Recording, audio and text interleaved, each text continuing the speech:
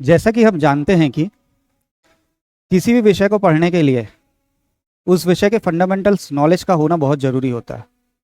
जैसे कि कोई भी विषय ले लें, maths, reasoning, Hindi, English, physics, chemistry, bio, कोई सा भी सब्जेक्ट हम लेते हैं तो उसका बेसिक नॉलेज होना बहुत ज़रूरी होता है।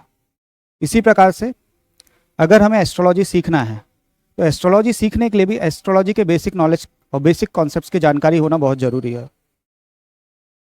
जैसे कि किसी बच्चे को हम स्कूल में भेजते हैं तो जब तक बच्चा 1+1 2 पढ़ना या लिखना नहीं सीखता है, 2+2 4 नहीं सीखता है, तब तक वो मल्टीप्लिकेशन या आगे के इंटीग्रेशन कैलकुलेशन कहाँ कर पाएगा।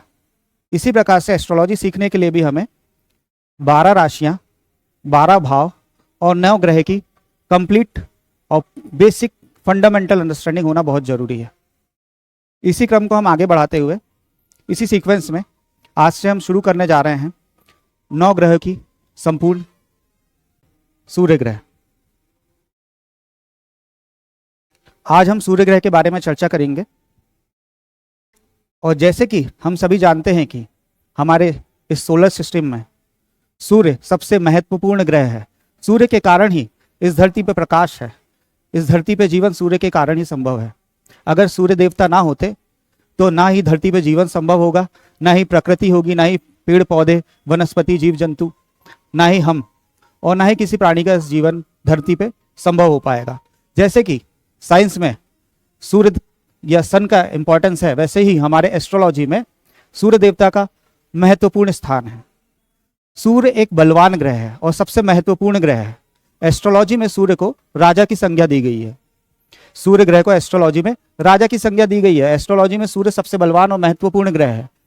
हम कुंडली जब भी विश्लेषण करते हैं तो कुंडली देखने में जब भी किसी कुंडली में सूर्य का बलवान होना, चंद्रमा का बलवान होना और लग्नेश का बलवान होना, अगर ये 3 चीज किसी कुंडली में मिलती है तो वह कुंडली में सारे राजयोग अपने आप ही मिलने लग जाते हैं। राजयोग का प्रभाव दुगना हो जाता है और दुर्योग जो होते हैं वो अपने आप कम हो जाते हैं, दुर्योग का असर नहीं मिलता है। इसलिए किसी भी कुंडली में सूर्य, चंद्र और लग्नेश का बलवान होना बहुत जरूरी है। तो आप आइए हम शुरुआत करते हैं सूर्य ग्रह से। जैसा कि मैंने आपको बताया, सूर्य ग्रह सबसे बलवान और सबसे मजबूत ग्रह माना गया है हमारे सोलर सिस्टम में, और एस्ट्रोलॉजी में भी सूर्य को सबसे बलवान और सबसे महत्वपूर्ण ग्रह की संज्ञा दी गई है। सूर्य एक राजा है, राजकीय ग्रह है। आइए हम इसके आगे में देखते हैं।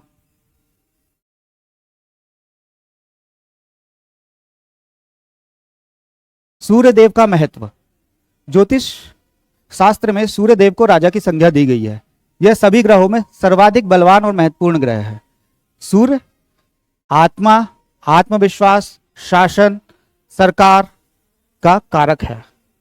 आत्मा, आत्मविश्वास, शासन, सरकार, मंत्री पद, आरोग्यता, इम्यूनिटी, रोगों से लड़ने की क्षमता, सभी के कारक सूर्यदेव है। इसके अलावा यह हमारे शरीर में हड्डी, नेत्र, सिर, पेट और हृदय जैसे महत्वपूर्ण अंगों के कारक है। अगर हम शरीर में देखे जाएं तो हड्डी, नेत्र हमारा सर, उदर हमारा पेट और हृदय के कारक सूर्यदेव हैं। सूर्यदेव का नियंत्रण पिता, यश, मान सम्मान तथा स्वास्थ्य पर होता है। पिता के कारक भी सूर्यदेव है। यश, मान सम्मान, प्रसिद्धि तथा स्वास्थ्य, आरोग्यता के कारक भी सूर्यदेव है।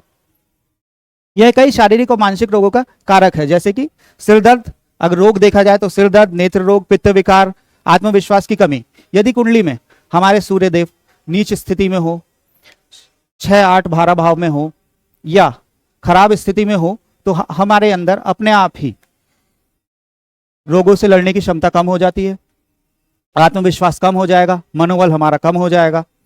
हमारी हड्डियां जब कभी भी टूटेंगी तो अच्छे से जुड़ नहीं पाएंगी। नेत्र रोग हमें होंगे। इसके साथ ही हेडेक होना, माइग्रेन होना, हृदय रोग, ये सभी सूर्यदेव से संबंधित है। सूर्यदेव का रस है कटु रस, दिशा है पूर्व दिशा, सूर्यदेव का तत्व है अग्नि तत्व और जाति है क्षत्रिय। जैसा कि मैंने बता दिया, सिर दर्द, नेत्र रोग, तेज बुखार भी, जब किसी को भी तेज बुखार हो तो अब हम सूर्यदेव को देखेंगे। पित्त विकार, पेट से संबंधित जितने विकार होंगे, उदर रोग, आत्मविश्वास की कमी, सभी में सूर्यदेव की स्थिति को देखा जाएगा।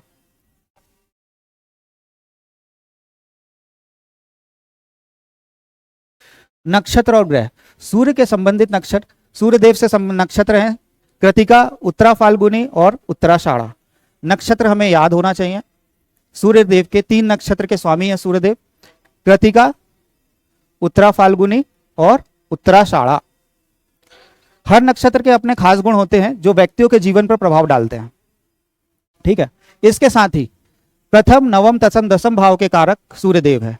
प्रथम, नवम तथा दसम भाव के कारक सूर्यदेव है, ये हमें याद होना चाहिए। एस्ट्रोलॉजी का यह बेसिक कॉन्सेप्ट है, ये किस भाव के कारक कौन सा ग्रह है ये हमें अच्छे से याद होना चाहिए। साथ ही किस ग्रह की उच्च राशि कौन सी है, नीच राशि कौन सी है, यह भी हमें कंठस्थ होना चाहिए। जैसे कि सूर्यदेव की उच्च राशि मेष राशि होती है, जिसका 1 नंबर से डिनोट करते हैं, और साथ ही सूर्यदेव मेष राशि पे 10 डिग्री पर परमोच्च होते हैं। इसी प्रकार से सूर्यदेव तुला राशि 7 नंबर पर 10 डिग्री पर परम नीच होते हैं।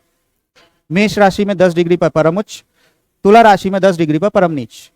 बाकी अगर 10 डिग्री से लेकर 30 डिग्री तक, 10 to 30 डिग्री तक अगर सूर्यदेव मेष राशि में होंगे तो वो उच्च के होंगे, लेकिन जब 0 से 10 डिग्री तक होंगे तो परमोच्च होंगे। इसी प्रकार से यदि सूर्यदेव 0 से 10 डिग्री तक तुला राशि में हैं तो वो परम नीच के हैं, और वही सूर्यदेव अगर 11 से 30 डिग्री तक तुला राशि में हैं तो नीच के हैं।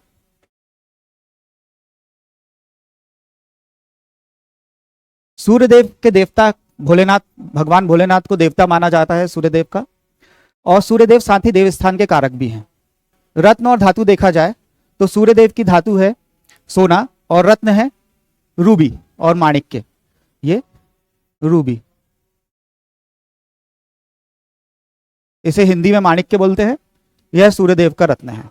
जब कभी भी कुंडली में सूर्यदेव कमजोर हो डिग्री वाइज या पोजीशन वाइज, और कारक हो कुंडली में, योग कारक ग्रह सूर्यदेव हो, तब हम सूर्यदेव का रत्न धारण करने की सलाह देते हैं।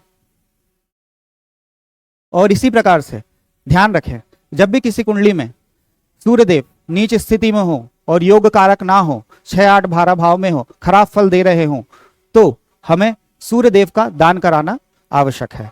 सूर्यदेव के दान के लिए हम गुड़ या गेहूं का दान करा सकते हैं रविवार, संडे के दिन।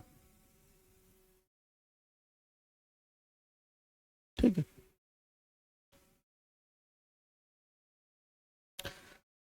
सूर्य अग्नि तत्व के प्रतीक है और इसे क्षत्रिय पुरुष रूप में वर्गीकृत किया जाता है। यह शक्ति और आत्मविश्वास का संकेत माना जाता है।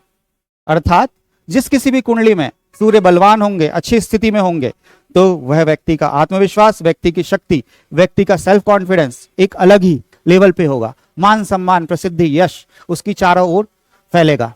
राज शासन, सरकार, मंत्री पद से हमेशा सहायता मिलेगी, हमेशा मदद मिलेगी। जिस किसी भी शासन से संबंधित कार्य अगर वो करता है तो उसे हमेशा बेनिफिट मिलेगा दूसरों की अपेक्षा।